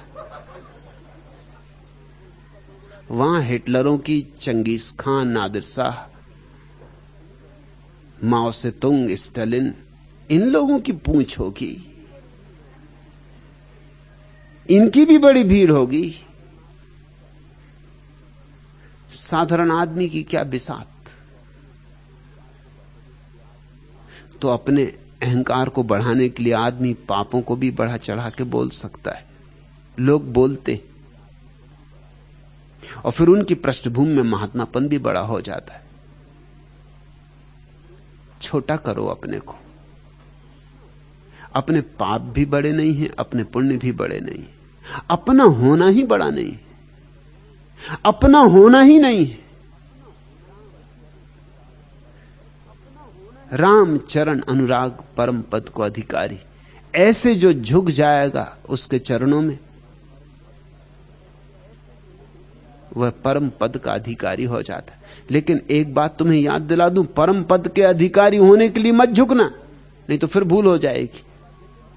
यही जटिलताएं हैं धर्म के मार्ग पर, तीर्थ यात्रा के यही उलझाव हैं। पढ़ा वचन राम चरण अनुराग परम पद को अधिकारी, दिल ने कहा यार ये बात जस थी, परम पद के अधिकारी तो होना। तो अब ठीक है, चलो परम पद के अधिकारी होना ये भी कर लेंगे, चरणों में भी झुक लेंगे। चलो एक बार चरणों में भी झुक लें। अगर खुशामदी करने से होना है, अगर स्तुति करने से होना है, चलो ये भी कर लें। मगर होना है परम पद का अधिकारी। अगर परम पद का अधिकारी होने की वासना है तो तुम झुकोगे कैसे? ये अहंकार झुकने ही नहीं देगा। नहीं तो इस वचन का अर्थ दूसरा है, तुम ऐसा अर्थ मत लेना। परम पद का अधिकार तुम्हारा लक्ष्य नहीं होना चाहिए। लक्ष्य तो है झुकना, लक्ष्य तो है झुकना अपने आप में, आनंद तो है झुकने में, फिर ये उसका परिणाम है। इसकी न चिंता है न इसकी अपेक्षा। झुक के ऐसा देखना मत फिर कान के, आंख के कोर से कि अभी तक परम पद नहीं मिला। जरा आंख खोल के देख लें अभी तक मिला कि नहीं मिला। ऐसी भूल करोगे तो, और ऐसी भूल की जाती रही, की जा रही। मेरे पास लोग आते, वो कहते हैं ध्यान नहीं लगता। मैं उनसे कहता हूं ध्यान लगेगा, लेकिन अपेक्षा छोड़ दो। कोई भी भीतर अपेक्षा मत रखो कि शांति मिलनी चाहिए, स्वास्थ्य मिलना चाहिए, आनंद मिलना चाहिए। सब अपेक्षा छोड़ दो। ध्यान को ध्यान की मस्ती के लिए करो। तो वो कहते हैं फिर मिलेगा, फिर पक्का है। चूक गए, नई बात समझ में उनके आई। ध्यान ध्यान का ही लक्ष्य है, प्रेम प्रेम का ही लक्ष्य, प्रार्थना प्रार्थना का ही लक्ष्य। हां, परिणाम में बहुत फूल खिलते हैं, बहुत सुगंध लुटती, बहुत दिए जलते, मगर वो परिणाम में, वे तुम्हारी आकांक्षा के हिस्से नहीं होने चाहिए। काम क्रोध मद लोभ मोह की लहर ना आवे। ध्यान रखना, झुको, तो उस झुकने में काम, क्रोध, मद, लोभ, मोह की लहर ना आवे। अगर जरा सी लहर भी आ गई उस झुकने में तो झुकना व्यर्थ हो गया। अगर तुमने मांगा कि स्वर्ग मिल जाए, कहीं दिल में कोने में छिपी एक आवाज रही कि हे प्रभु, इस संसार में तो बहुत कष्ट पाए, अब बैकुंठ बुला ले, कि यहां तो बहुत तकलीफ उठाई, यहां लुच्चे लफंगे तो पदों पे बैठे, सीधे साधों की कोई पूछ नहीं, यहां सच्चरित्रों का तो कोई सम्मान नहीं, दुष्चरित्र राजनेता हो गए, अब तो बैकुंठ बुला ले। तो दिल में यह इच्छा है कि वहां तो सच्चरित्रों की पूछ होगी, वहां तो सीधे साधों की पूछ होगी, वहां तो सीधे साधे सिंहासन पर बैठेंगे, और यहां जिनकी प्रतिष्ठा है वहां मुश्किल में पड़ेंगे। वहां उनको काम इत्यादि मिलेंगे, ऐसे कि झाड़ू बुआरी लगाओ, सूद इत्यादि के काम करो, और हम बैठेंगे ब्राह्मण होकर, द्विज होकर। अगर ऐसी आकांक्षा कहीं जरा सी भी छिपी है तो चूक हो जाएगी। स्वर्ग में अप्सराएं मिल जाएं और बहिश्त में शराब के झरने मिल जाएं और कल्प वृक्ष मिले और उनके नीचे बैठे और जो जो इच्छाएं सब पूरी हो जाएं, जो यहां नहीं पूरी हुई, जो यहां पूरा करना चाहते थे लेकिन नहीं हो सकी, क्योंकि दूसरे लोग ज्यादा दुष्ट और ज्यादा गला घोंट प्रतियोगिता करने में समर्थ, छीना झपटी बड़ी, यहां तो कुछ नहीं हो पाया, वहां देख लेंगे। अगर ऐसी कहीं जरा सी भी लहर, लहर शब्द पर ध्यान देना, काम, क्रोध, मद, लोभ, मोह की लहर ना आवे, झुकने में लहर भी आ गई तो सब व्यर्थ हो गया, झुकना व्यर्थ हो गया, तुम झुके ही नहीं।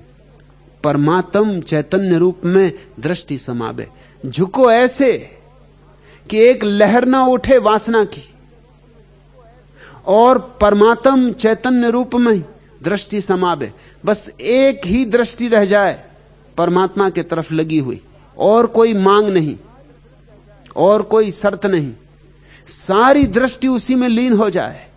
जैसे सरिताएं सागर में डूब जाती हैं और एक हो जाती, ऐसे तुम्हारी सारी दृष्टि उसी में लीन हो जाए, उसी एक में समाहित हो जाए। व्यापक पूर्ण ब्रह्म है, भीखा रहनी अनंत। जिसने ऐसा कर लिया कि जिसकी आंख परमात्मा में डूब गई, जिसका देखना परमात्मा में डूब गया, और कोई वासना ना रही और कोई लहर ना रही, उसने जाना है कि परमात्मा सब तरफ व्याप्त है। व्यापक पूर्ण ब्रह्म है, भीखा रहनी अनंत। और तब फिर परमात्मा को याद भी नहीं करना होता, क्योंकि हमारे भीतर भी वही है, सबके भीतर वही है, अनन्य। हम उससे अन्य नहीं, हम उसके साथ एक है। फिर तो उठना बैठना प्रार्थना है, खाना पीना पूजा है, चलना फिरना अर्चना है, जीना साधना है, श्वास का भीतर आना बाहर जाना पर्याप्त है। भीखा रहनी अनन्य, मन क्रम वचन विचार के राम भजे सुधन्य। धनी सौभाग जो हरि भजे, तासम तुले न कोई। और धन्य भागी हैं वे जिन्होंने इस तरह हरि को भजा और पाया, क्योंकि फिर उनसे किसी की तुलना नहीं हो सकती, वे अतुलनीय, वे अद्वितीय।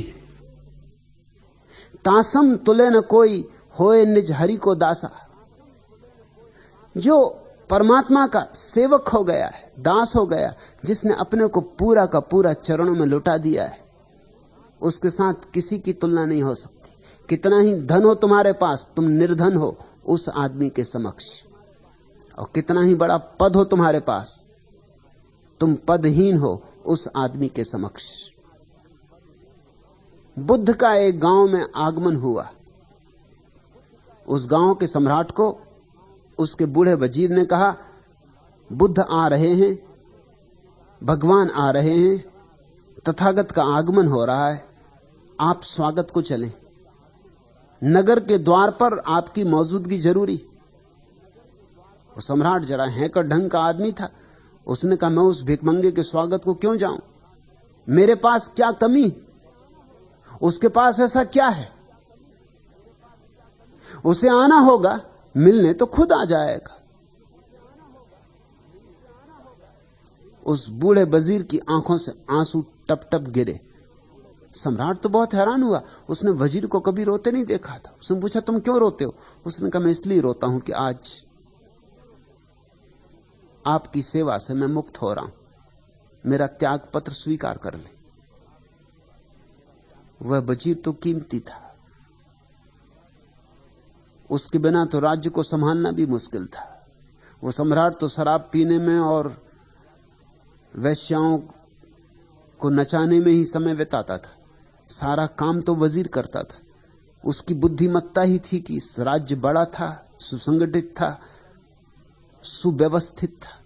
उसका छोड़ना तो सब गड़बड़ हो जाएगा। उसने कहा कि नहीं नहीं, क्या इतनी सी बात से त्याग पत्र?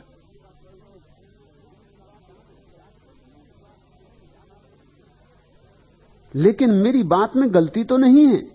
सम्राट ने फिर भी कहा। उस बूढ़े वजीर ने कहा, गलती बहुत है। त्याग पत्र दे के गलती बताने वाला हूं, क्योंकि जब तक त्याग पत्र नहीं दिया आपका नौकर हूं, आपकी गलती कैसे बताऊं? पहले त्याग पत्र, फिर आपकी गलती बता दूंगा। सम्राट ने कहा, गलती तुम पहले बताओ, मैं नाराज नहीं होऊंगा, मैं पहले क्षमा कर देता हूं। मेरी गलती क्या है? उस बूढ़े वजीर ने कहा, तुम्हारी गलती यह है कि तुम्हारे पास जो है वो बुद्ध के पास भी था, उसको वो लात मारा है। तुम अभी लात नहीं मार सके हो। और बुद्ध के पास जो है वो पाने में तुम्हें अभी कई जन्म लग जाएंगे। पाना तो दूर, बुद्ध के पास जो है अभी उसे तुम देखने की भी क्षमता नहीं रखते हो। तुम्हारे पास आंख भी नहीं है जो देख सके कि बुद्ध के पास क्या है। इसलिए तुम समझ रहे हो कि बुद्ध भिखारी। मैं तुमसे कहता हूं, तुम भिखारी हो और बुद्ध सम्राट है। या तो चलो मेरे साथ बुद्ध के स्वागत को, उनके चरणों में सिर रखो, या मेरा त्याग पत्र स्वीकार करो, क्योंकि मैं ऐसे आदमी के नीचे काम नहीं कर सकता जो इतना अंधा है।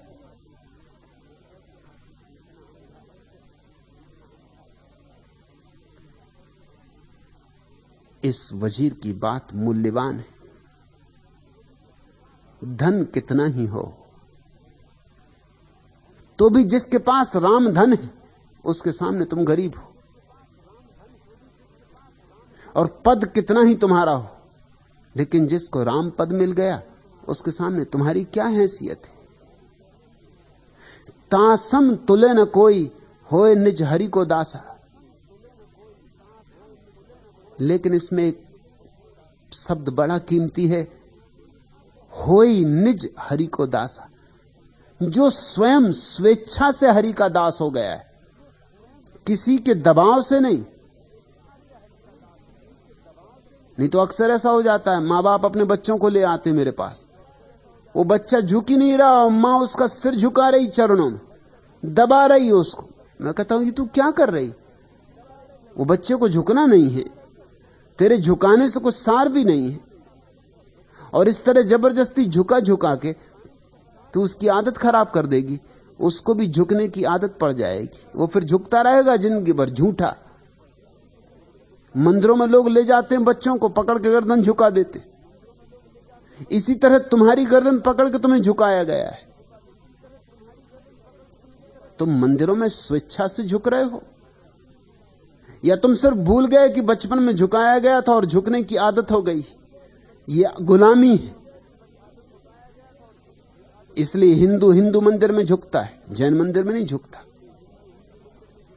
क्योंकि जैन मंदिर में उसे कभी झुकाया नहीं गया, उसका अभ्यास नहीं करवाया गया। जैन मंदिर में झुकता है, हिंदू मंदिर में नहीं झुकता। औरों की तो बात छोड़ दो, जैनों के 2 संप्रदाय हैं, श्वेतांबर और दिगंबर। श्वेतांबर जैन मंदिर में झुकता है, वो दिगंबर जैन मंदिर में नहीं झुकता। हालांकि वहां भी महावीर की प्रतिमा है, दोनों के मंदिर में महावीर की प्रतिमा, लेकिन थोड़ा सा फर्क अपनी प्रतिमाओं में कर लिया, करना ही पड़ा। जब अलग अलग दुकान करनी हो तो थोड़े मार के बदलने पड़ते। थोड़ा नाम बदलने पड़ते। दिगंबर की जो मूर्ति है उसकी आंखें बंद है, श्वेतांबर की जो मूर्ति है उसकी आंखें खुली, अध खुली। इतना सा फर्क है, मार्के का फर्क। मैं एक यात्रा पर था, एक महिला मेरे साथ यात्रा पर थी, जैन महिला। उसने कसम खा रखी थी जब तक वो मंदिर में जाके पूजा ना कर ले तब तक भोजन ना करे। एक दिन ऐसा हुआ कि गांव में कोई जैन मंदिर नहीं था, तो पूजा नहीं हो सकी। तो मैंने कहा तू किसी भी मंदिर में पूजा कर ले, तुझे पूजा ही करनी है ना। उसने कहा किसी मंदिर में कैसे कर लूं? कुदेव की पूजा करूं, ये गणेश जी की पूजा करूं कि शिव जी की पूजा करूं? कृष्ण का मंदिर, इनकी पूजा करूं? मेरे शास्त्र में लिखा है कृष्ण नरक में पड़े। और गणेश जी को देख के मुझे सिर्फ हंसी आती, पूजा का भाव पैदा नहीं होता। और शिव जी, ये गांजा भांग अफीम बम भोले, इनकी पूजा करूं?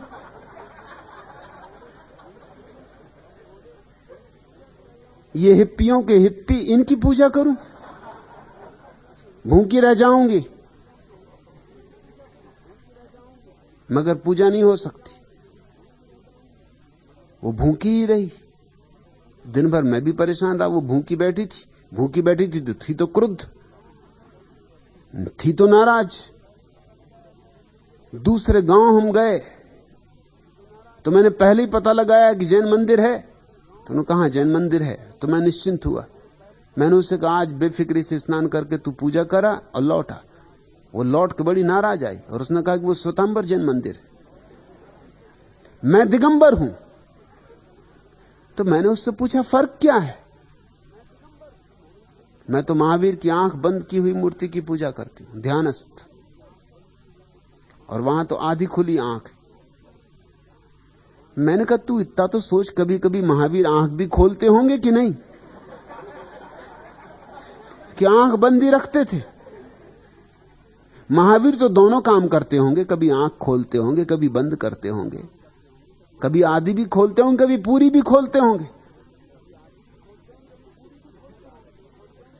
कि जिंदगी भर आंख बंद ही रखी उन्होंने? चलते फिरते कैसे थे? उसने कहा वो कुछ भी हो, लेकिन मैं तो दिगंबर मूर्ति की ही पूजा करूंगी। जिन मंदिरों में तुम्हें झुकाया गया जबरदस्ती, वो तुम्हारी आदतें हो गए। ये कोई झुकना नहीं, ये कोई असली झुकना नहीं। इसलिए भीखा ठीक कहते हैं, होई निज हरि को दासा, अपने से झुको। न संस्कारों से, न समाज से, न मां बाप के कारण, न शिक्षा के कारण, न किसी भय से, न किसी लोभ से, अपने बोध से झुको। झुकने के मजे से झुको। फिर क्या फिक्र? फिर मस्जिद में भी झुक सकते हो, गुरुद्वारे में भी झुक सकते हो, मंदिर में भी झुक सकते हो। क्या लेना देना? फिर मंदिर ना भी हो तो वृक्षों के पास झुक सकते हो, आकाश के नीचे झुक सकते हो, पृथ्वी पर झुक सकते हो, कहीं भी झुक सकते हो। झुकने वाले को क्या अड़चन? जो कहता है हम झुकने में शर्त है हमारी, हम यहीं झुकेंगे, वो झुकना नहीं चाहता। उसने झुकने पे भी अर्थ जोड़ दिया है, उसने झुकने में भी शर्त लगा दी, उसने झुकने में भी अहंकार को नियोजित कर दिया है। रहे चरण लौलीन राम को सेवक खासा, जो उसके चरणों में ही लीन रहता है, डूबा रहता है, जिसे उसके चरण सब जगह दिखाई पड़ते हैं, सबके चरणों में उसके चरण दिखाई पड़ते हैं। सेवक सेवकाई लहे भाव भक्ति परवान, एक ही प्रमाण है तुम्हारे भाव का, तुम्हारी भक्ति का, कि तुम इस परमात्मा से भरे जगत की सेवा में तल्लीन हो जाओ। तुम अगर एक वृक्ष को भी पानी डाल रहे हो तो इसी तरह डालना कि राम के ही चरण पखार रहे हो। तुम अगर एक कुत्ते को भी रोटी खिला रहे हो तो इसी तरह खिलाना कि राम को ही रोटी खिला रहे हो। तुम अपने बच्चे में भी राम को देखना, अपने पति में भी, अपनी पत्नी में भी। तुम धीरे धीरे इस भाव को विस्तीर्ण करते जाना कि सारे चरण उसके, सारे हृदय उसके, वही है और कुछ भी नहीं, उसके अतिरिक्त कोई दूसरा नहीं। सेवा को फल जोग है भक्त वत्स्य भगवान। और जो ऐसी सेवा करने में समर्थ हो जाएगा उसका फल योग है, परमात्मा से मिलन है। उसका फल है सुहागरात, उसका फल है परमात्मा से सगाई, उसका फल है परमात्मा से एक हो जाना। और जो इस तरह परमात्मा से एक हो गया, परमात्मा उसके वश में, उसके इशारे पर है, उसके इशारे पर चलेगा। ऐसा नहीं कि भक्त उसे इशारे पे चलवाता है, कि भक्त उसे इशारे पे चलवाना चाहता है, लेकिन वो भक्त के इशारे पे चलेगा। मैंने सुना है, पुरानी कथा है, कृष्ण भोजन करने बैठे, आधा ही भोजन किया है, एक कौर मुंह तक ले जाते थे कि थाली में पटक के भागे दरवाजे की तरफ। तो रुक्मणी ने पूछा कहां जाते, मगर जवाब भी न दिया। फिर दरवाजे पर ठिठक गए, एक क्षण उदास खड़े रहे, फिर लौट आए। गए तो बड़ी तेजी से थे, लौटे बहुत आहिस्ता। वापस थाली पर बैठ गए, छोड़ गए थे जिस कौर को, उसे फिर उठा लिया। रुक्मणी ने पूछा अब तो कहो, भाग के कहां गए थे, फिर दरवाजे से लौट क्यों आए? तो कृष्ण ने कहा मेरा एक भक्त एक रास्ते से गुजर रहा है, लोग उसे पत्थर मार रहे हैं, लेकिन जो उसे पत्थर मार रहा है वो उसमें भी मुझे ही देख रहा है। खून बह रहा है उसके सिर से, लहू लुहान हो गया है, लेकिन मस्त है मस्ती में। वो हरे कृष्ण हरे राम के ही धुन लगाए हुए। तो मुझे भागना पड़ा, उसकी रक्षा की जरूरत है। रुक्मणी ने कहा ये मेरी समझ में आया, फिर लौट क्यों आए? कृष्ण का लौटना पड़ा क्योंकि जब तक मैं दरवाजे पे पहुंचा तब तक उसने खुद ही पत्थर उठा लिया और उसने कहा कि ऐसी तैसी तुम्हारी। वो भूल भाल गया मुझे तो। अब तो वो खुद ही पत्थर का जवाब पत्थर से दे रहा, लोगों को भगाए दे रहा खुद ही। अब तो उसने अपना जीवन अपने हाथ में ले लिया, अब मेरी कोई जरूरत ना रही।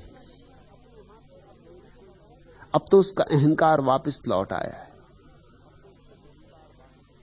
बारीक है मामला, जरा में अहंकार वापस लौट सकता है, जाते जाते लौट सकता है, लगता हो कि दूर निकल गया फिर भी लौट सकता है। सेवा को फल जोग है भक्त वत्स्य भगवान, केवल पूर्ण ब्रह्म है भीखा एक न दोई। भीखा कहते हैं केवल एक परमात्मा है, न तो कोई दूसरा है, न कोई दूसरा हो सकता है। और चूंकि दूसरा भी नहीं है इसलिए एक और महत्वपूर्ण बात कहते हैं, भीखा एक न दोई। जब दूसरा नहीं है तो एक भी कैसे कहें? एक कहने से दो की शुरुआत होती, एक कहो तो फिर संख्या की यात्रा शुरू हो गई। बस भगवान है, न तो एक कह सकते हैं न दो। इसलिए भारत ने एक नया शब्द खोजा, अद्वैत। अद्वैत का मतलब समझे? अद्वैत का मतलब यह नहीं कि एक है, अद्वैत का मतलब इतना कि दो नहीं। इतना ही कह सकते हैं ज्यादा से ज्यादा कि दो नहीं। एक कहने में भूल हो जाएगी, एक कहने में दो की गिनती समाविष्ट हो जाती। एक में कोई अर्थ ही ना होगा अगर दो ना हो, इसलिए दो नहीं है इतना ही कह सकते हैं। पर भीखा और भी मीठी बात कह रहे हैं, वो कह रहे हैं भीखा एक न दोई, न तो एक है न दो है, बस है। गिनती में नहीं आता, गिनती में नहीं आ सकता, गणना के पार है, विचारातीत है। धन्य सौभाग जो हरि भजो तासम तुल्य न कोई। ऐसे परमात्मा को जो न एक है न दो, जिसने जान लिया वह धन्य भागी है, बड़ भागी है। उसकी तुलना किसी से भी नहीं की जा सकती। सम्राट उसके सामने भिखारी हैं, धनी उसके सामने दरिद्र है। उसे मिल गया राज्यों का राज्य, पदों का पद। उसने पा लिया परमात्मा को तो पा लिया सब। अब पाने को कुछ भी शेष नहीं रहा। परमात्मा को पाते ही सब पा लिया जाता है। जिन्होंने परमात्मा को नहीं पाया उन्होंने कुछ भी नहीं पाया, और जिन्होंने परमात्मा को पाया उन्होंने सब पा लिया है। गुरु प्रताप साध की संगति। आज इतना है।